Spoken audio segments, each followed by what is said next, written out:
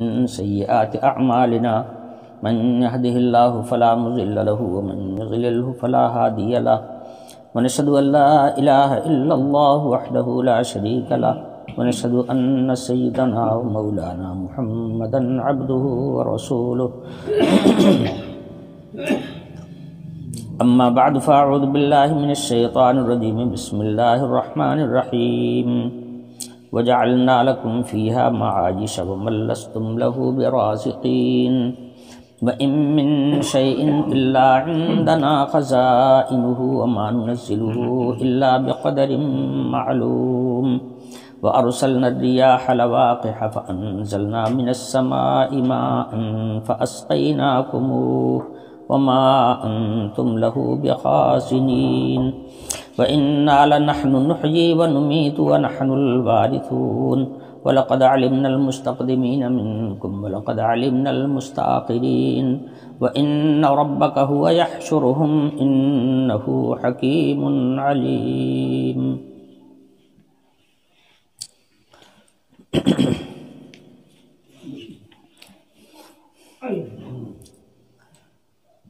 پچھلی آیات سے حق تعالی شانہ کی دلائل قدرت کاملہ کی نشانیاں اور حق تعالی شانہ کی قدرت کاملہ کے مناظر کا ذکر ہوا۔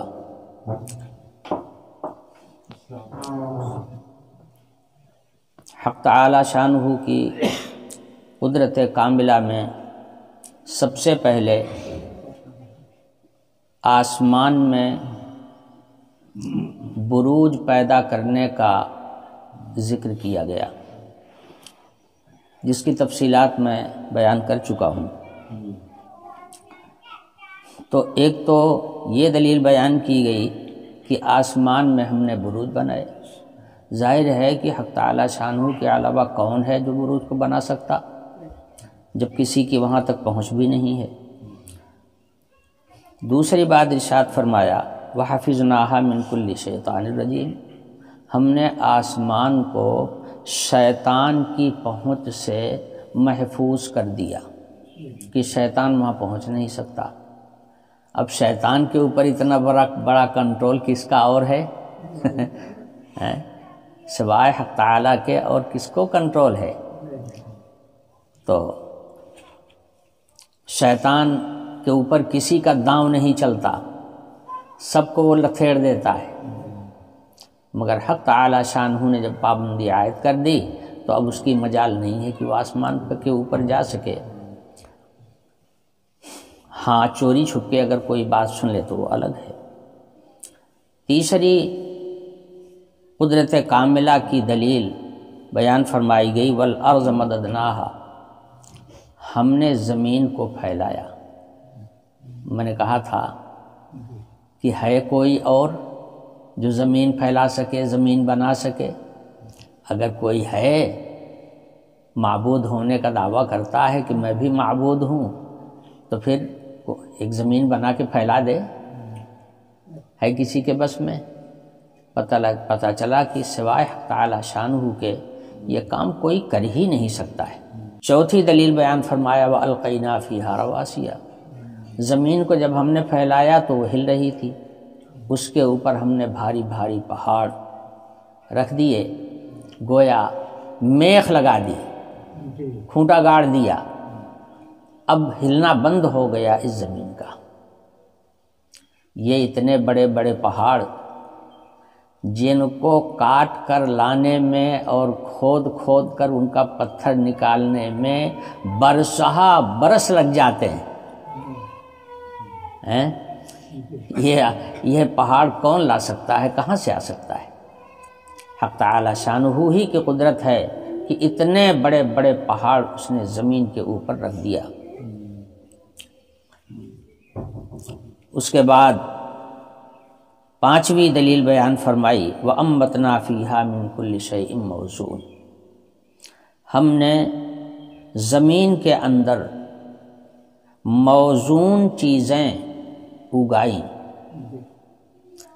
موزون کے ایک معنی ہے مناسب، جو ضرورت کی چیزیں ہیں اور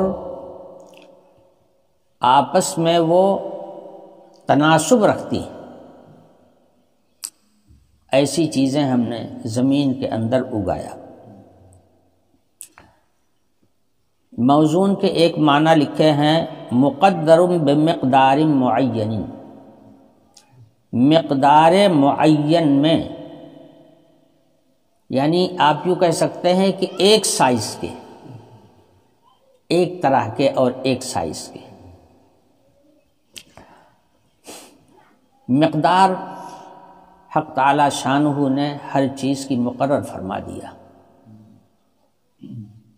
بس گویا ایک سائز مقرر ہے اللہ کے یہاں سے، کوئی پھل ہوگا، کوئی چیز ہوگی، اس کا ایک سائز مقرر ہے، اتنا ہی ہوگا، اس سے بڑا نہیں ہوگا۔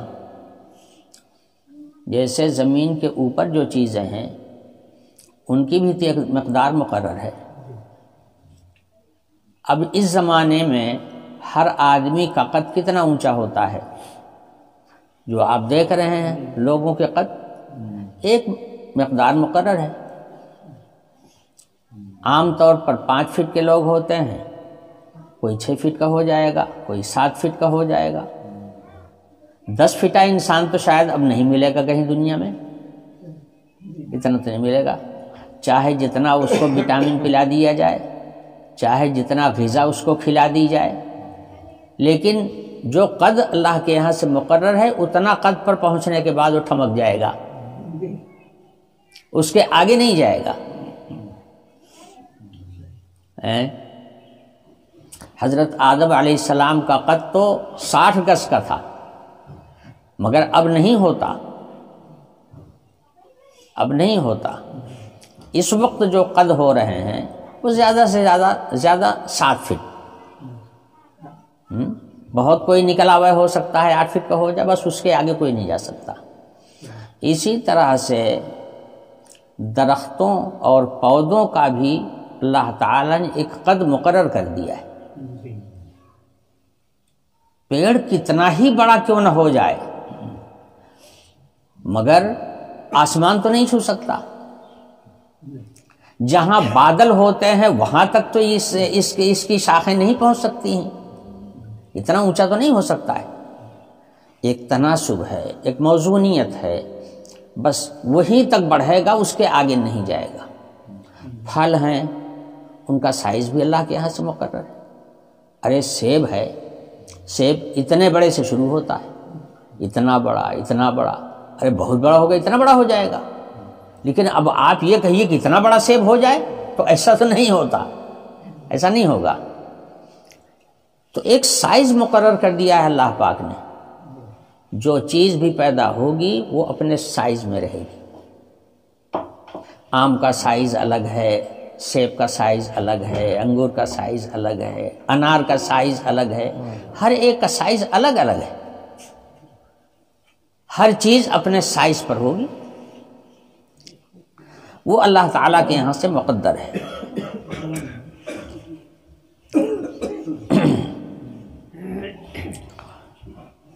تو اسی بات کو ارشاد فرمایا گیا وَأَنبَتْنَا فِيهَا مِن كُلِّ شَيْءٍ مَوْزُونٍ۔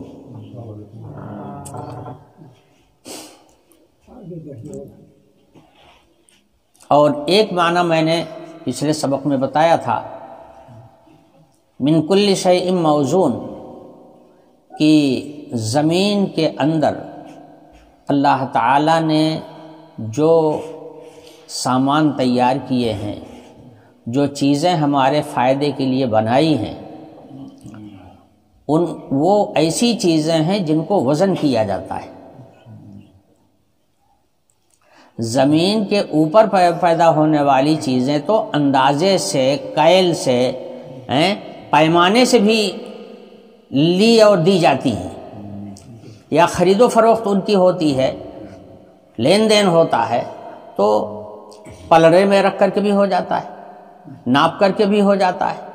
مگر زمین کے اندر جو چیزیں اللہ پاک نے پیدا کیا ہے وہ سب وزن سے بکتی ہیں، ان کے لیے ترازو رکھنی پڑتی ہے نا۔ چونا یہ بھی تو زمین کے اندر ہی پیدا ہوتا ہے، کلو کے ساتھ وزن ہو کر کے آتا ہے۔ جتنی چیزیں آپ غور کریں گے ہر چیز ایسی ہی نظر آئے گی کہ وہ وزن سے بکتی ہے۔ تو من کل شیء موزون کا ایک مفہوم یہ بھی ہے۔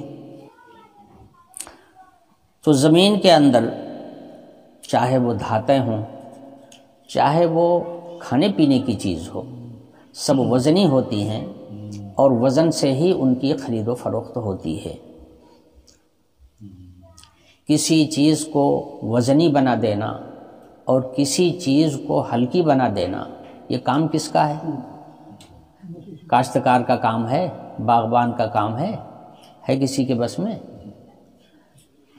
نہ وہ پھل بنا دینا کسی کے بس میں ہے اور نہ اس سامان کو وزنی اور ہلکا بنا دینا کسی کے بس کی بات ہے۔ یہ کہاں سے ہو رہا ہے؟ کیا بغیر کسی کرنے والے کے ہو رہا ہے؟ سب بغیر کرنے والے کے تو دنیا میں کوئی بھی کام نہیں ہوتا۔ تو یہ متعین ہے کہ حق تعالی شانہ کی قدرت کاملہ ایسی ہے جس نے ہر چیز کو ایک مناسب مقدار عطا کر دی ہے، بس ہر چیز اپنے اسی مقدار کے اندر ہی رہے گی۔ جس چیز کو وزنی بنا دیا ہے وہ وزنی رہے گی، جس چیز کو کیلی بنا دیا ہے وہ کیلی رہے گی۔ یہ 5 قدرت کاملہ کے 5 دلائل یہاں تک بیان فرمائے گئے۔ ان 5 میں سے کوئی بھی ایک ایسا ہے کہ جس کو کوئی انسان انجام دے سکتا ہو یا انسان کے علاوہ کسی اور قوم اور کسی اور مخلوق کے بس میں ہو؟ یہ وہ چیزیں ہیں جو صرف حق تعالی شانہ کے کرنے سے ہوتی، یہ انہی کا فعل ہے۔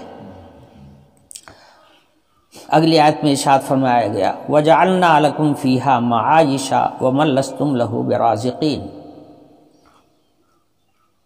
زمین کے اندر ہم نے تمہارے لیے زندگی گزارنے کا سارا سامان بنا دیا، چاہے کھانا ہو، چاہے پینا ہو، چاہے لباس ہو، چاہے بیماری دور کرنے کے لیے دوائیں ہوں، ان ساری چیزوں کو ہم نے زمین کے اوپر پھیلا دیا ہے۔ اسی زمین میں تمہاری زندگی گزارنے کا سارا سامان ہم نے رکھ دیا ہے۔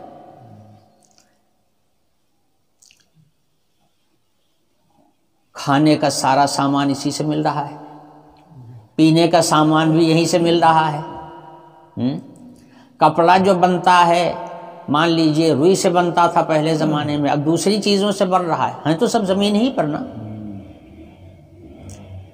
انہی سے کپڑے تیار ہو رہے ہیں، انہی سے فرش تیار ہو رہے ہیں۔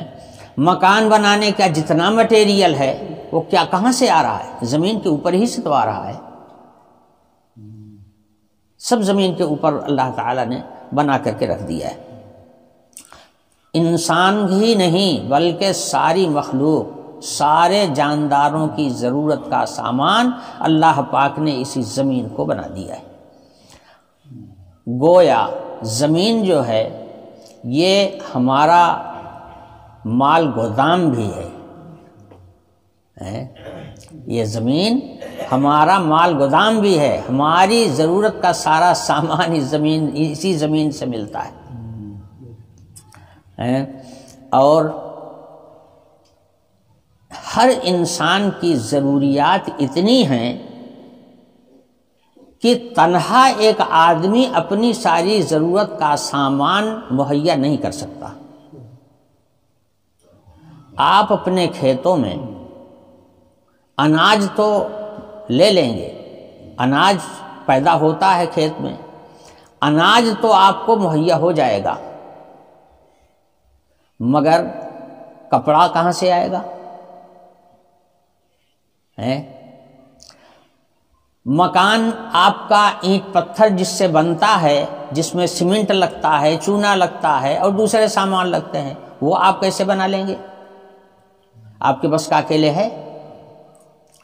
کو اس لیے اللہ تعالیٰ نے ایک عجیب و غریب انتظام کیا ہے، مختلف قسم کا سامان مختلف جگہوں پر تیار ہوتا ہے۔ پہلے لوگ کپڑا خریدنے جاتے تھے تو کہتے تھے یہ جاپان کا کپڑا ہے، جاپان کا۔ مکے کے بازار میں ہم مسلح لینے کے لیے گئے، یہ ترکی کا ہے، یہ ترکی کا ہے، یہ مال فلانا مال چائنا کا ہے، فلانا مال یہ امریکہ کا ہے۔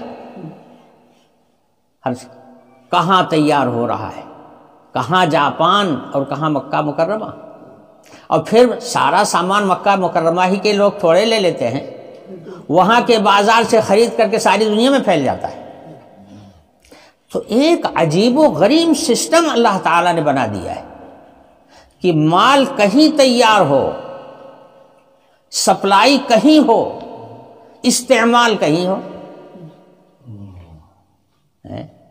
اب یہ کپڑا پہلے روئی سے بنتا تھا، اب جس مٹیریل سے بھی بنتا ہو وہ مٹیریل خام مال کہیں تیار ہوتا ہے، اس کے بعد پھر وہ پاور لوم میں جاتا ہے، وہاں وہ کپڑا تیار کیا جاتا ہے، سوت دوسری جگہوں پر بنتا ہے، سوت بنا بنایا وہاں جاتا ہے پاور لوم پر، اور پھر پاور لوم پر کپڑا تیار ہوتا ہے، وہاں سے تھوک اسٹاکسٹ جو ہیں وہ لے جا کر کے اپنے یہاں رکھتے ہیں، اور پھر وہاں سے دوسری جگہ کے گراہک آتے ہیں، وہ اپنے اپنے بازار میں اپنے اپنے شہر میں لے جاتے ہیں، پھر وہاں جو چھوٹی چھوٹی دکانیں ہیں ان دکانوں پر جا کر کے خریداری ہوتی ہے۔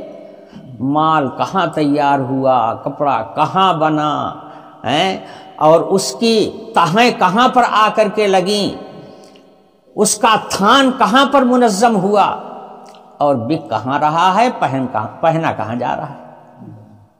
اسی طرح سے سارے سامان، آپ کے یہاں کا مال تیار ہو کر کے بازار جائے گا، بازار سے پھر آگے جائے گا، پھر آگے سے اور آگے چلا جائے گا، اسی طرح سے دوسری جگہ کا مال جو تیار ہوگا وہ بازار میں آ کر بازار کے راستے سے پھر آپ کے گھر تک پہنچے گا۔ سامان کہیں تیار ہو رہا ہو مگر انسانوں کے استعمال کے لیے پہنچنے کا سسٹم اللہ نے ایسا بنا دیا ہے کہ ہر جگہ پہنچے گا۔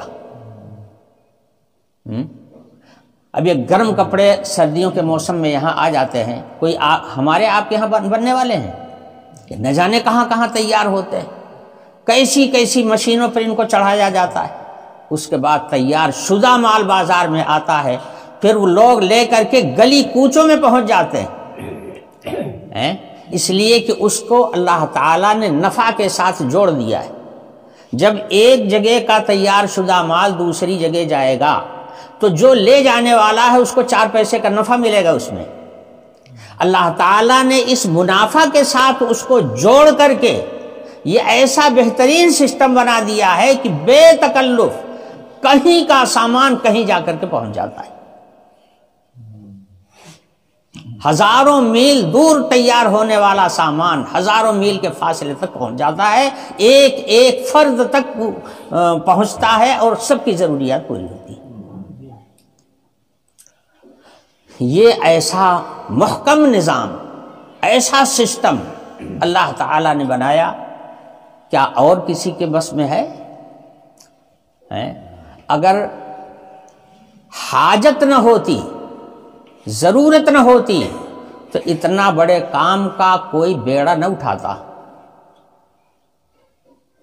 یہ بھٹا جھونکنے والوں کو دیکھیے، یہ کہاں کہاں کے لوگ ہوتے ہیں، بھٹے پر آ کر کے کام کرتے ہیں، مزدوری ان کو ٹکوں میں ملتی ہے، مگر ضرورت ہے اس لیے بیچارے آ کر کے محنت کرتے ہیں اور پڑے رہتے ہیں راتوں دن وہیں پر۔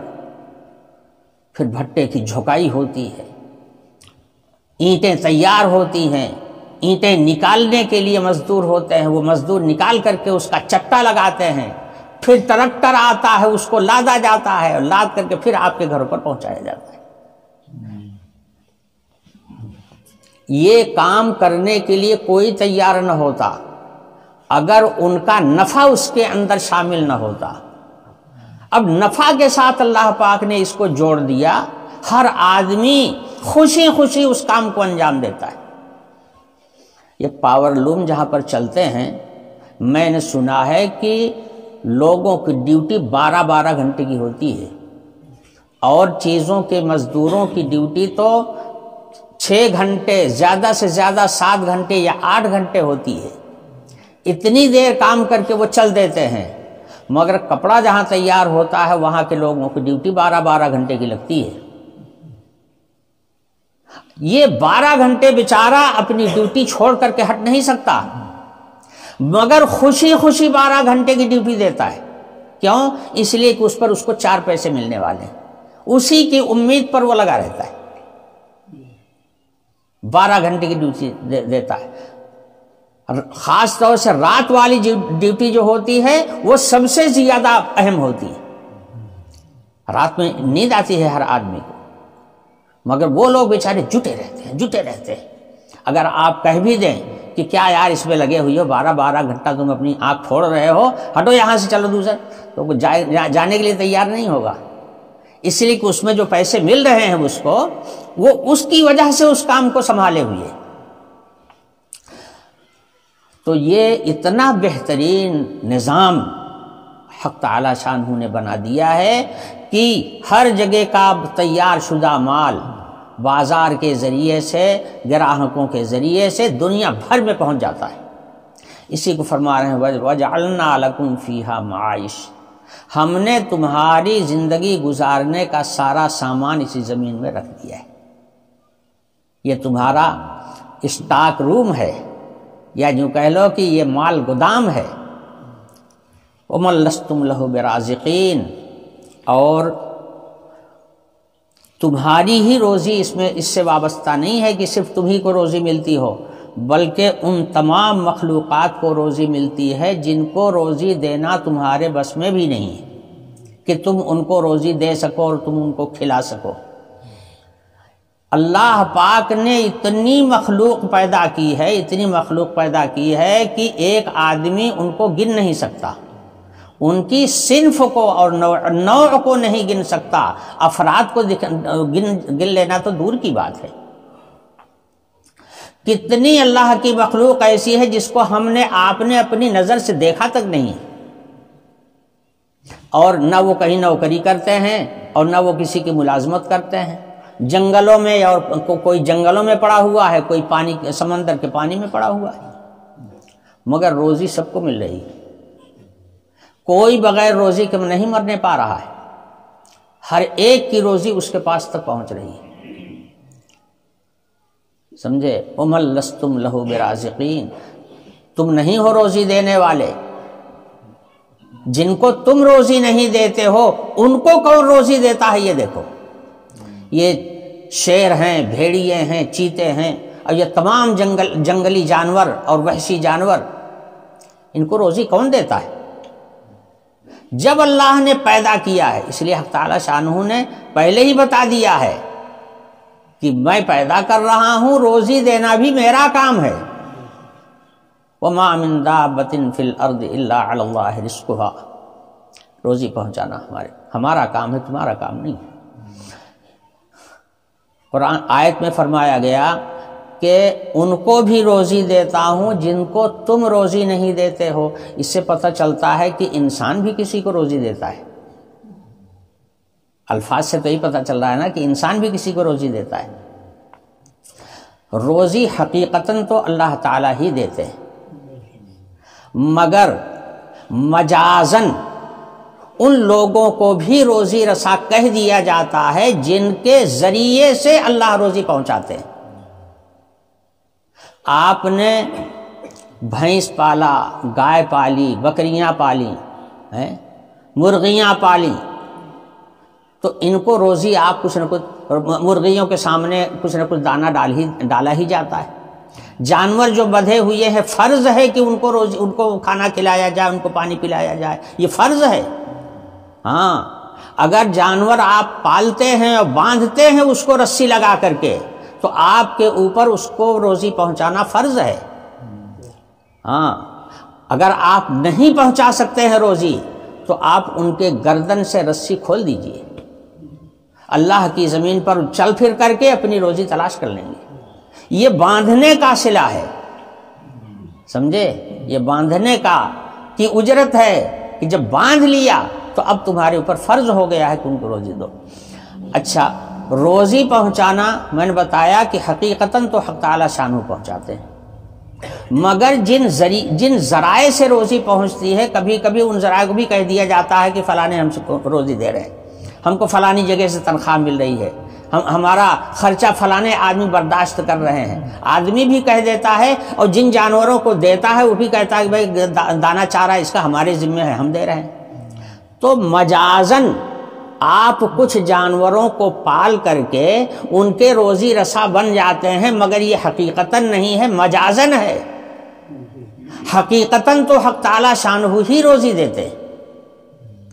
تو چونکہ معاشرے میں اور سماج میں ایسا کہہ دیا جاتا ہے کہ فلانے جو ہیں اس کو روزی دے رہے ہیں، اس لیے اللہ تعالیٰ نے فرمایا کہ وَمَن لَسْتُمْ لَهُ بِرَازِقِينَ، کتنے جانور اور کتنی مخلوقات ایسی ہیں کہ جن کو تم روزی نہیں پہنچاتے ہو، یعنی تمہارے ذریعے سے روزی وہاں تک نہیں پہنچتی، بلکہ ڈائریکٹ حق تعالی شانہ ان کے لیے انتظام کرتا ہے۔ اب آپ ہی بتائیے، ایک بھیڑیا اگر مل جائے تو چاروں طرف کے جتنے گاؤں ہیں سب لوگ کھدیڑ کے اس کو مار ڈالیں گے۔ روزی تو کیا دیتے، ایک ٹکڑا روٹی تو کیا دیتے، اوپر سے لاٹھی لے کر کے نکلیں گے، مار ڈالیں گے اس کو، اس لیے کہ ہمارے لیے خطرہ ہے نا۔ مگر ان بھیڑیوں کو، ان سیاروں کو، ان چیتاؤں کو اور یہ تمام ہرن اور یہ آج کل یہ جو یہ جانور گھوم رہے ہیں، نیل گائے گھوم رہے ہیں، ایک نیل گائے اگر ادھر آ جائے چاروں طرف کے بچے چلا کر کے اس کو بھگا دیں گے، ہوا کر کے بھگا کر کے چھوڑیں گے، اس کو رہنے نہیں دیں گے۔ روزی تو کیا دیتے، الٹا اوپر سے بھگاتے ہیں، مگر کیا بغیر روزی کو رہتے ہیں؟ روزی کے بغیر کوئی نہیں رہتا۔ اس پر مجھے ایک واقعہ یاد آیا۔ ایک دفعہ حضرت سلیمان علیہ السلام نے، جن کی حکومت سب کے اوپر تھی، جانوروں پر بھی، جنات پر بھی، انسان پر بھی، سب پر حضرت کی حکومت تھی، تو حضرت نے اللہ تعالیٰ سے درخواست کی کہ پروردگار عالم، مجھے آپ نے ایسی سلطنت عطا فرمائی ہے کہ میری سلطنت کے نیچے ساری مخلوق ہے۔ حضرت سلیمان علیہ السلام جیسی حکومت کسی کو نہیں ملی۔ حضرت سلیمان علیہ السلام کی حکومت پوری دنیا پر تھی، مکمل۔ تو حضرت نے اللہ تعالیٰ سے درخواست کی، پروردگار عالم مجھے اجازت دی جائے تو میں اپنی سلطنت کے ماتحت جتنی مخلوقات ہیں میں سب کی دعوت کروں۔ دعوت کیا، بلکہ پہلے تو کھلانے کا ہی پروگرام بنایا تھا کہ میں سب کو کھلاؤں۔ حق تعالی شانہ نے فرمایا تمہارے بس کی بات نہیں ہے۔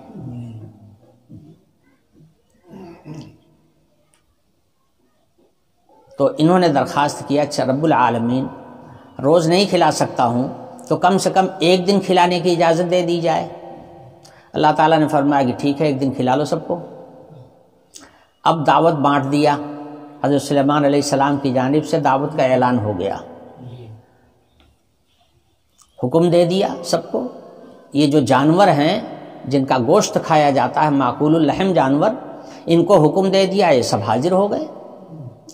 لوگ لگے ہوئے تھے، سب کو بتا دیا کہ ان کو ذبح کرو، ذبح کر کے کھانا تیار کرو۔ دن مقرر ہو گیا، تاریخ مقرر ہو گئی، اب کھانا تیار ہونا شروع ہوا۔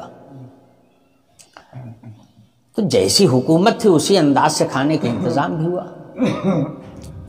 کھانے کا انتظام جو ہوا تھا وہ اتنے بڑے علاقے میں ہوا تھا کہ جتنے اس علاقے کا سفر کرنے والا 2 مہینہ چلتا تو پہنچتا اس کنارے سے اس کنارے،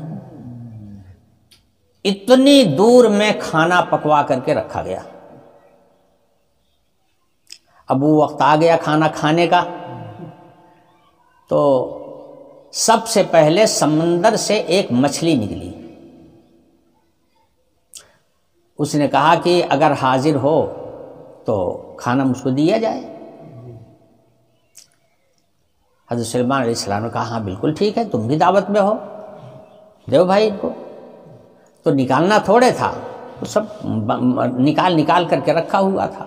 اس مچھلی نے کھانا شروع کیا، اس کنارے سے کھانا شروع کیا، کھاتے کھاتے کھاتے کھاتے اس کنارے پہنچ گئی اور سارا کھانا ختم،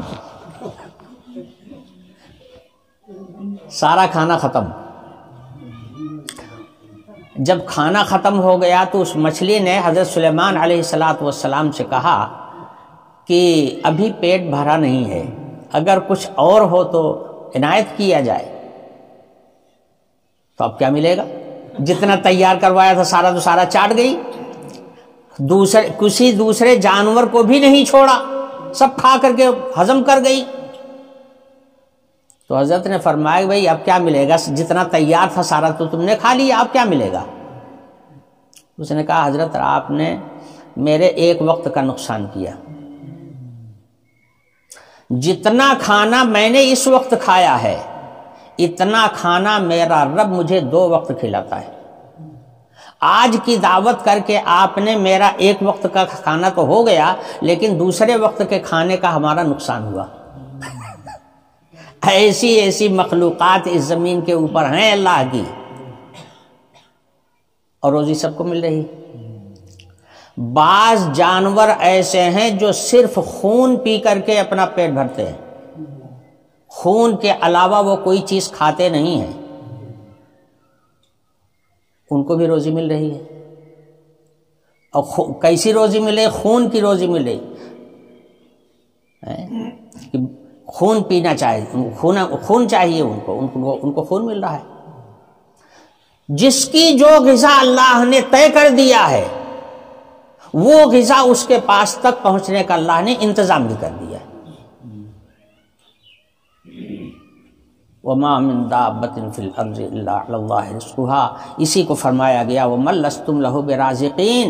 تمہاری روزی کا سارا سامان بھی میں نے اسی زمین کے اوپر رکھ دیا ہے، اور جن کو تم روزی نہیں پہنچاتے ہو ان کی روزی کا سامان بھی ہم نے اسی زمین پہ رکھ دیا ہے، اور روزی سب کی سب کو مل رہی ہے.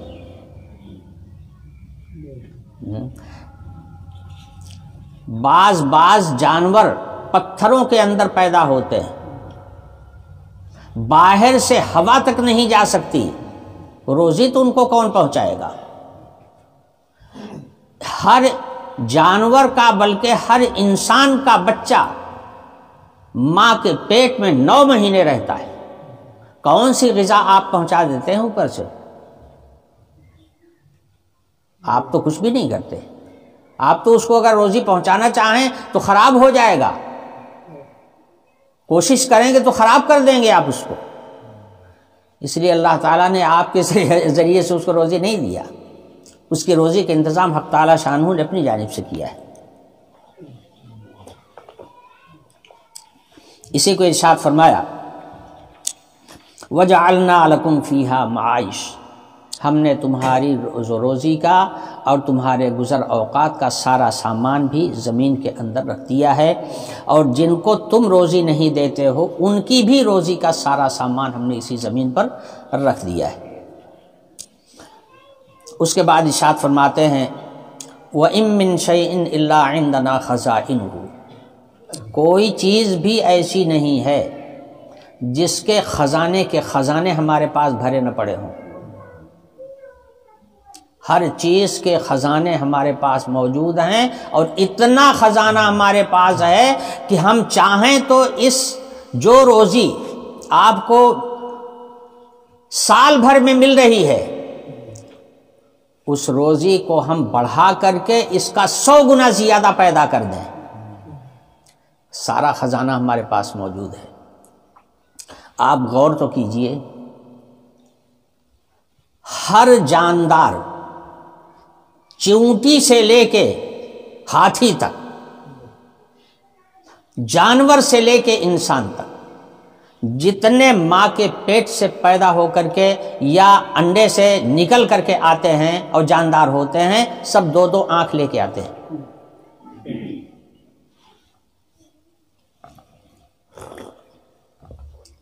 سب دو دو آنکھ لے کے آتے ہیں۔ کیا آپ گن سکتے ہیں کہ کتنی آنکھیں روزانہ تقسیم ہو رہی ہیں؟ کتنی آنکھیں اللہ روزانہ بانٹ رہا ہے؟ ہزاروں کی تعداد نہیں ہوگی، کئی لاکھ کی تعداد ہوگی روزانہ پیدا ہونے والوں کی، اور سب دو دو آنکھ لے کے آ رہے ہیں، دو دو آنکھ لے کے آ رہے ہیں، سونگھنے کی طاقت لے کے آ رہے ہیں، ہاتھ پیر چلانے کی طاقت لے کے آ رہے ہیں، دل بھی ان کے اندر رکھا ہوا ہے، جگر بھی ان کے اندر رکھا ہوا ہے، معدہ بھی ان کے اندر رکھا ہوا ہے، دماغ بھی ان کے اندر رکھا ہوا ہے۔ یہ تو میں نے مثال بتائی آنکھ کی، سب کچھ تو لے کے آ رہے ہیں۔ ہر جاندار یہ ساری نعمتیں لے کر کے باہر آتا ہے کوئی اندازہ کہ اللہ تعالیٰ کے پاس کتنا خزانہ ہے؟ اسی حقیقت کو واضح فرمایا، وَإِن مِّن شَيْءٍ إِلَّا عِندَنَا خَزَائِنُهُ، کوئی چیز بھی ایسی نہیں ہے جس کے خزانے ہمارے پاس بھرے نہ پڑے۔ وَمَا نُنَزِّلُهُ إِلَّا بِقَدْرٍ مَعْلُوم، لیکن ہم اس خزانے کو اتنا ہی اتارتے ہیں جتنا ضرورت ہوتی ہے، بقدر معلوم، ایک مقررہ مقدار میں ہم ان خزانوں کو تمہارے لیے اتارتے ہیں۔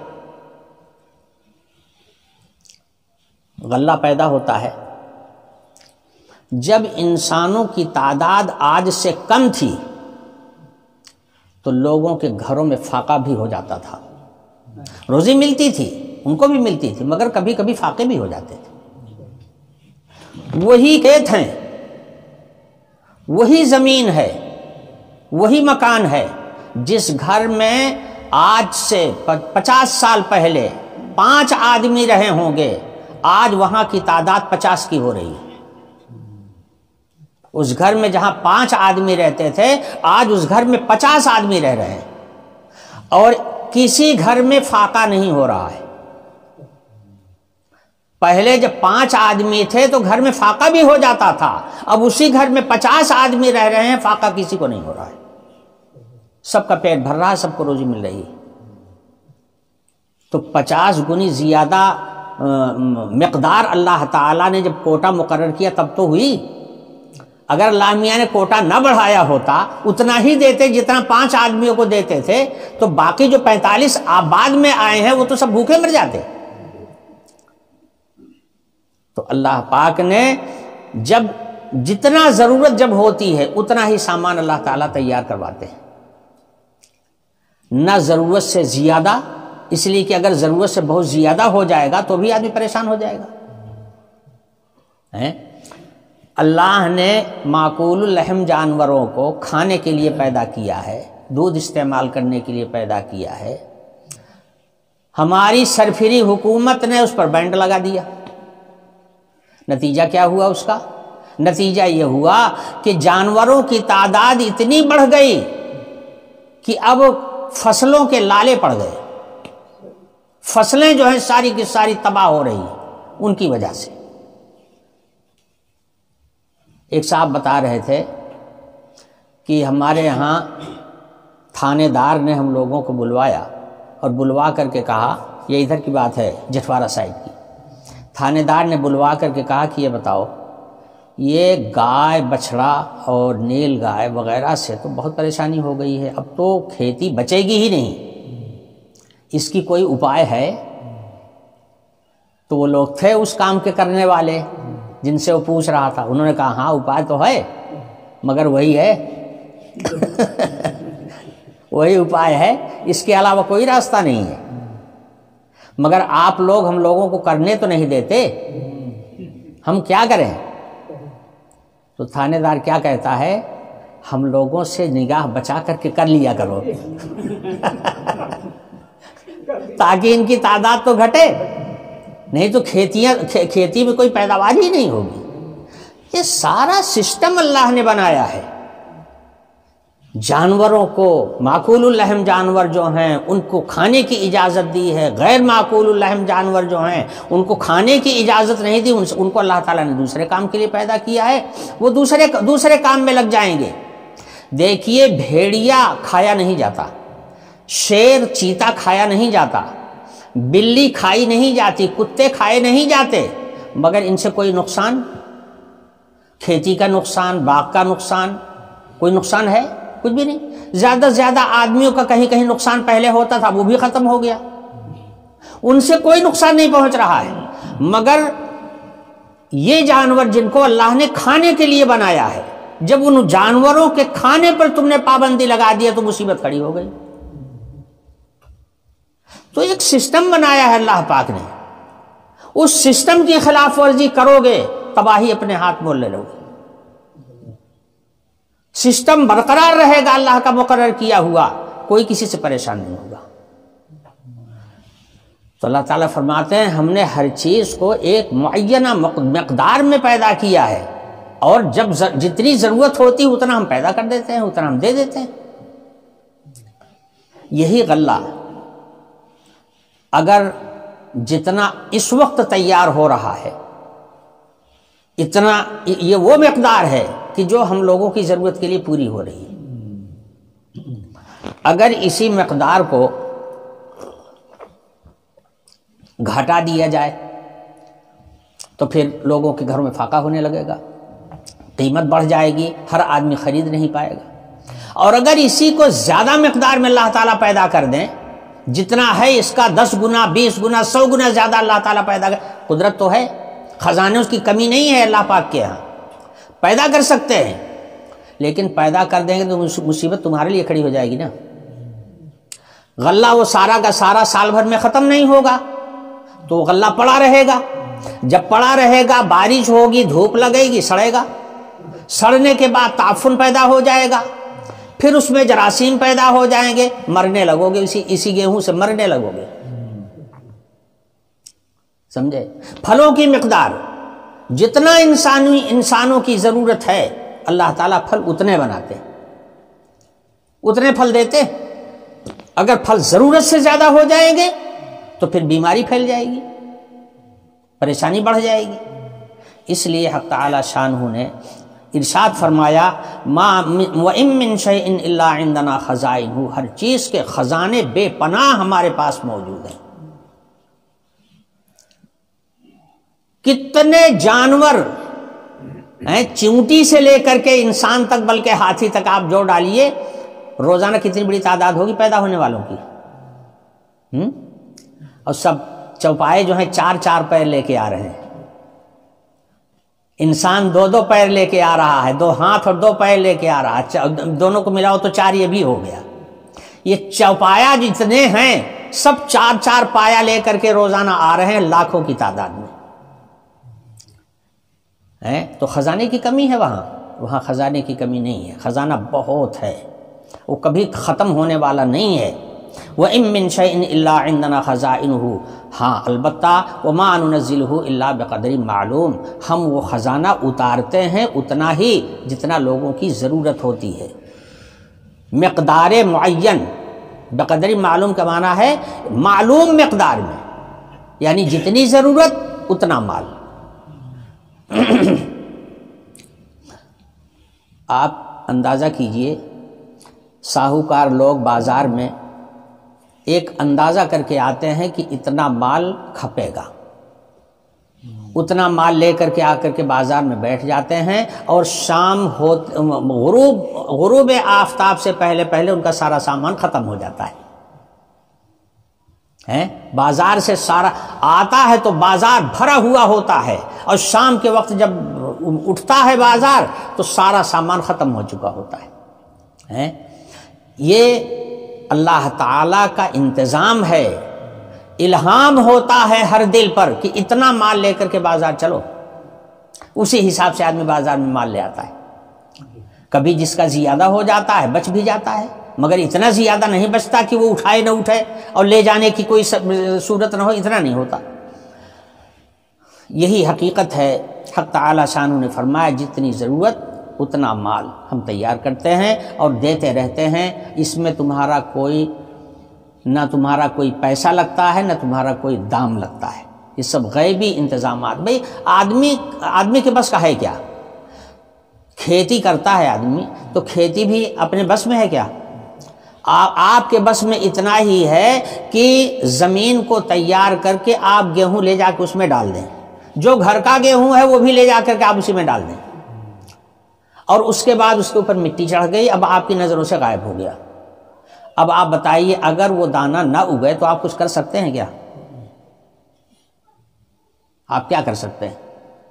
اس دانے کو اگا دینا اور پھر اس کو پودا بنا کے کھڑا کر دینا، پھر اس پودے کے اندر بالی نکال دینا، ہر بالی کے اندر 100 دانے پیدا کر دینا، یہ آپ کا کام ہے کوئی جو کر سکتا ہے اس کو؟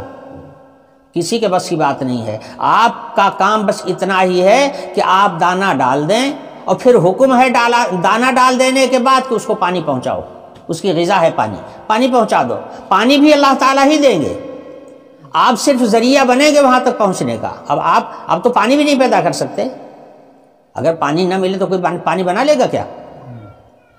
یہ پانی کا انتظام کرنا، دانے کا آپ کے پاس لے آ دینا، آپ صرف ذریعہ ہیں اس کو کھیت میں لے جانے کی، بس آگے کچھ نہیں کر سکتے۔ اب کھیت میں جب تیار ہو جائے گا تو پھر آپ کھیت سے اپنے گھر لے آئیے، جتنی آپ کو ضرورت ہو لیجئے، اب خود بھی استعمال کیجئے، دوسرے لوگوں کو بھی استعمال کرائیے۔ وَمَا نُنَزِّلُهُ إِلَّا بِقَدْرٍ مَعْلُومٍ، ہم نہیں اتارتے ہیں مگر ایک معینہ مقدار میں۔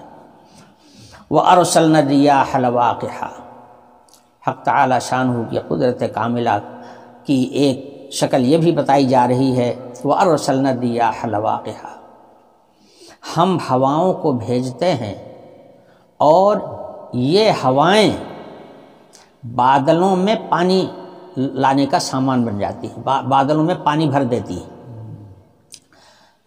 لواقع اصل میں لاحقہ کی جمع ہے، لاحقہ کہتے ہیں اس اونٹنی کو جو گابھن ہو۔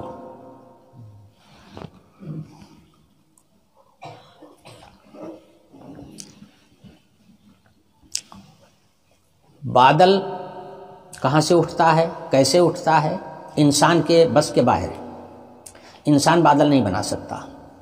ہوائیں چلتی ہیں، اللہ کے حکم سے بادل بنتا ہے، پھر دوسری ہوا چلتی ہے، کوئی ہوا اس کو نیچے سے اوپر لے جاتی ہے، کوئی ہوا اس کو بکھرے ہوئے بادلوں کو اکٹھا کرتی ہے، جمع کرتی ہے، کوئی ہوا ایک ایسی آتی ہے کہ جس کی وجہ سے بادلوں کے اندر پانی پیدا ہو جاتا ہے، سمجھے؟ یہ سب ہواؤں کا کام ہے۔ ہوائیں ایسی ہوائیں آتی ہیں کہ جس کی وجہ سے بادل میں پانی پیدا ہو جاتا ہے۔ اب پانی بھر گیا بادل کے اندر، یہ نہیں ہے کہ اسی وقت برسنے لگے، جہاں اللہ کا حکم ہوگا یہ بادل کو ہوا آئے گی اور اس بادل کو ہانک کر کے وہاں لے جائے گی جہاں حکم ہوگا، اور وہاں پہنچنے کے بعد پھر ایک ایسی ہوا آئے گی جو اس کے اوپر داب ڈالے گی، اور پھر اس طرح سے اس کا پانی گرے گا جیسے آپ جانور کا دودھ نکالتے ہیں دھار دھار، سمجھے؟ جیسے دودھ دھار کے ساتھ نکلتا ہے، بالکل اسی طرح سے پانی دھار کی طرح سے نیچے کو آتا ہے، اسی لیے لواحق کہا ہے۔ لواحق جو ہے وہ اونٹنیاں کہلاتی ہیں جو جن کے تھن میں دودھ بھرا ہوا ہوتا ہے، اور جب کھینچتا ہے آدمی تو دودھ دھار دے کر کے نیچے کی طرف آتا ہے۔ یہی صورتحال ہے اس پانی کی۔ ایسی ہوائیں پیدا کر دینا، ہواؤں کی مختلف قسمیں بنا دینا، یہ کس کا کام ہے؟ یہ دیوی دیوتا کے بس کی بات ہے؟ ان پتھر کی مورتیوں کی بس کی بات ہے؟ یا کسی جنات و شیطان کے بس کی بات ہے؟ ہم آپ تو صرف اتنا جانتے ہیں کہ ہوا چلی، مگر ہواؤں کی کئی قسمیں ہیں۔ خود قرآن پاک کے اندر ہواؤں کے مختلف نام ذکر کیے گئے ہیں۔ کسی ہوا کو مبشرہ کہا جاتا ہے، یہ وہ ہوا کہلاتی ہے جو پانی برسنے سے پہلے بہتی ہے اور خس و خاشاک کو ادھر سے ادھر اڑا کر کے صاف کر دیتی ہے جگہ کو، یہ مبشرہ کہلاتی ہے۔ ایک ہوا ایسی ہے جس کو مسیرہ بولتے ہیں، مسیرہ ہوا جو ہوتی ہے یہ بکھرے ہوئے بادلوں کو یہ نیچے سے بادلوں کو اٹھا کر کے اوپر لے جاتی ہے۔ پھر تیسری ہوا آتی ہے جس کا نام مؤلفہ ہے، یہ ہوا ایسی ہوتی ہے جو سارے بادلوں کو ایک جگہ پر اکٹھا کرتی ہے اور پھر بادلوں کی تہ ہوتی ہے، نیچے سے اوپر، اوپر سے اوپر، اس طرح سے تہ بناتی ہے۔ اس کے بعد پھر لاحقہ وہ لواقح کا نمبر آتا ہے، لواقح، یہ بھی وارسلنا الرياح لواقحا، ریاح لواقح جو ہے وہ آتی ہے اور وہ جو ہے وہ اس کے اوپر داب ڈالتی ہے، تب پانی گرتا ہے۔ ہوائیں مختلف قسم کی ہیں، پوروا ہوا کو صبا کہا جاتا ہے۔ اس ہوا کا کام ہے، پوروا ہوا کا کام ہے بادلوں کو اٹھانا، اور جنوبی ہوا جو ہوتی ہے اس کے متعلق یہ فیصلہ ہے کہ یہ پانی کو گراتی ہے نیچے کی طرف، سمجھے؟ اور پچھوا ہوا جو ہوتی ہے یہ بادلوں کو منتشر کرتی ہے، اس کو دبور کہتے ہیں، یہ بادلوں کو منتشر کر دیتی ہے۔ تو غرض کی یہ مختلف قسمیں ہیں ہواؤں کی، ہر ہوا کی تاثیر الگ الگ ہے، سمجھے؟ ہوائیں مختلف قسم کی ہیں، سب کی تاثیرات الگ الگ ہیں۔ اب ان ہواؤں کو پیدا کر دینا، آپ سے پوچھا جائے کہ یہ ہوا کہاں پیدا ہوتی ہے، کوئی بتا پائے گا کہ کہاں پیدا ہوتی ہے؟ اللہ بہتر جانے کہاں پیدا ہوتی ہے۔ آسمان اس وقت بالکل صاف ہے، اللہ کا حکم ہوگا اچانک بادل آ جائیں گے یہاں پر، اور اگر حکم ہوگا تو بادل برسنے بھی لگے گا، اور نہیں حکم ہوگا تو بادل بند کر کے کوئی ہوا بھیج دے گا اللہ تعالیٰ، ان بادلوں کو ہانک کر کے دوسری جگہ لے کے چلی جائے گی، آپ ایسے بادل دیکھتے رہ جائیں گے اور پانی ہٹ جائے گا۔ یہ پانی کا انتظام جو آسمان پر ہو رہا ہے، یعنی آپ کے سر کے اوپر ہو رہا ہے، یہ انتظام کس نے کیا ہے؟ ان ہواؤں کو کس نے پیدا کیا ہے؟ یہاں ایک بات کہوں، چونکہ ہمارے یہ فاروق بھائی وغیرہ ان لوگوں نے سائنس پڑھا ہے، تو یہ سوچ رہے ہوں گے سائنس والے تو یہ کہتے ہیں کہ ہائیڈروجن اور آکسیجن یہ دونوں جب ملتے ہیں اور ایک مناسب مقدار اس کی ہو، آکسیجن 1 درجہ ہو اور ہائیڈروجن 2 درجے ہو، جب یہ دونوں گیسیں ملتی ہیں تو اسی سے پانی بنتا ہے۔ یہ پڑھایا جاتا ہے سائنس میں۔ میں یہ کہتا ہوں کہ یہ گیس ہے کیا چیز؟ گیس بھی تو ایک ہوا ہی ہے۔ پھر اسی ہوا کو، اسی گیس کو، جس کو آپ تم گیس اور ہائیڈروجن کا نام دے رہے ہو سکتا ہے وہ انہی ہواؤں کا نام ہو۔ ایک بات۔ دوسری بات، ٹھیک ہے ہائیڈروجن اور آکسیجن دونوں مل کر کے پانی بنتا ہے، یہ ہائیڈروجن بن کے آتا کہاں سے ہے؟ یہ آکسیجن بن کے آتا کہاں سے ہے؟ پھر دونوں الگ الگ ہیں، دونوں کو جوڑتا کون ہے؟ بغیر جوڑنے والے کے خود ہی جڑ جاتا ہے کیا؟ ٹرین کا ڈبہ اگر ایک ڈبے میں دوسرا ڈبہ جوڑنا ہو تو آدمی کو ہاتھ لگانا پڑتا ہے اور اس کے چھڑے کو پکڑ کر کے اس میں لگانا پڑتا ہے، تب جا کر کے ڈبہ سے ڈبہ جڑتا ہے۔ ہوا ادھر چل رہی ہے، ادھر چل رہی ہے، گیس ادھر آکسیجن ادھر پیدا ہو رہی ہے، ہائیڈروجن ادھر پیدا ہو رہی ہے، دونوں کو لا کر کے ملانے والا بھی تو کوئی ہونا چاہیے، کہ بغیر ملانے والے کے خود ہی مل کر کے پانی بن جائے گا۔ ہر طرف سے، جس طرف سے غور کرو گے پتہ چلے گا کہ اللہ تعالیٰ کی قدرت کام کرتی ہے۔ اللہ پاک کی قدرت سے، اللہ تعالیٰ کے حکم سے ہوائیں بھی پیدا ہوتی ہیں، ہوائیں اٹھتی ہیں اور ہوائیں آ کر کے ایک دوسرے سے ملتی ہیں اور اس کے بعد پھر وہ پانی کا سامان بن جاتا ہے، پانی برستا ہے، اور پانی جب برستا ہے تو آپ کی کھیتیاں لہلہانے لگتی ہیں۔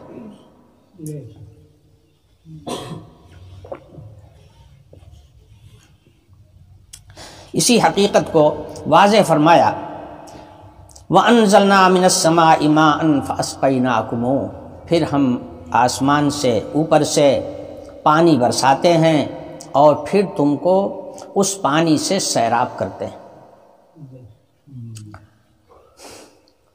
بات لمبی ہو جائے گی اور میں سوچ رہا ہوں کہ روک دوں، اس لیے کہ ہے ضرورت کی چیز۔ انشاءاللہ اس میں اور بھی باتیں ہیں جن کو بتاؤں گا اب اگلے سبق میں۔ پانی برس جائے لیکن کچھ ضروری ہے کہ آپ اس سے فائدہ بھی اٹھا لیں۔ فائدہ اٹھانے کے لیے بھی اللہ کے انتظام کی ضرورت ہے۔ اللہ پاک انتظام کرتے ہیں تب آپ فائدہ اٹھا سکتے ہیں، ورنہ بمبئی ایسے شہر میں جو سمندر ہی کے اوپر ہے، ہاتھ ڈالیں اور پانی نکالیں مگر اس پانی کو پینے کی قدرت نہیں ہے کسی کو۔ پانی ہو اور آپ کے لیے وہ قابل استعمال بھی ہو، یہ جبھی ہو سکتا ہے جب اللہ تعالیٰ کا حکم شامل ہوگا۔ اللہ کا انتظام اگر نہیں ہوگا تو پانی ہونے کے باوجود آپ ترس جائیں گے پانی کے بغیر۔ ہر پانی کو نہ استعمال کیا جا سکتا ہے، نہ ہر آدمی پانی کو استعمال کر سکتا ہے۔ تو پانی بنا دینا اور پھر پانی کو آپ کے گلے کے نیچے اتار دینا، آپ کے لیے فائدہ مند بنا دینا، یہ سب باری تعالیٰ کا کام ہے، اللہ پاک کا کام۔ انشاءاللہ اگلے سبق میں بیان کروں گا۔